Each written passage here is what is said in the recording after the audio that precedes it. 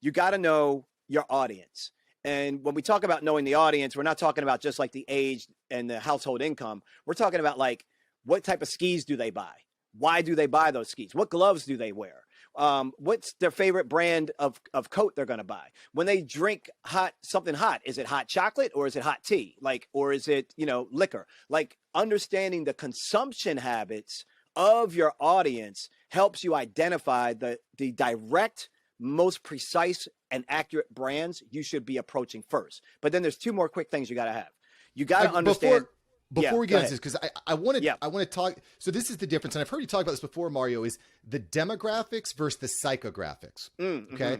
So what you're saying, if I'm hearing you correctly, is, focus more on the psychographic, like what type of glove your viewer or your fans, but how can we even find that out? That seems like a difficult thing to quantify. Like, it's hard for me to determine what type of microphone podcasters are using. How can we figure that out? Yeah, this is great. Ask.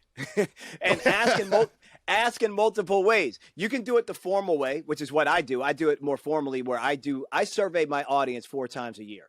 So I will go to Google, free survey. You can use SurveyMonkey and all these other things that you want to type form if you want to spend money, but I just use free. So I'll just type up the survey, asking the specific questions of the answers that I'm looking for. So I'm understanding that I'm trying to find out what products and services the people that are following me, what are they consuming and why? What helps them be a better, in my case, what's going to help them be a better creator, or what's going to help them be a more profitable entrepreneur? So I need to know those services. So it might be like Wix for their website. It might be like Easy Webinar for their webinars. It might be, unlimited Wi-Fi, and like they have to have mobile hotspots with them, so they don't have to rely on somebody else's Wi-Fi, so they can always be connected. Like, so that's a different device. Like, so I'm asking questions to try to find out what my audience is consuming and what they actually need. If they aren't buying it, what do they intend to buy is also very, very important. So I'll even ask things like, when do you intend to travel?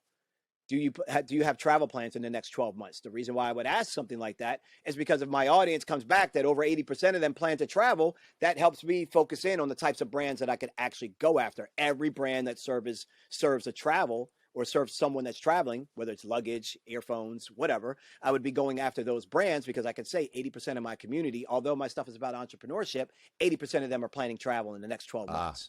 Yeah. So you can build these bridges and these connections by really uncovering the data from your audience by doing surveys, or you can even go easy. You could just do an Instagram poll and like just drop it in your stories and just see like how people respond to certain questions. But you got to talk to your people.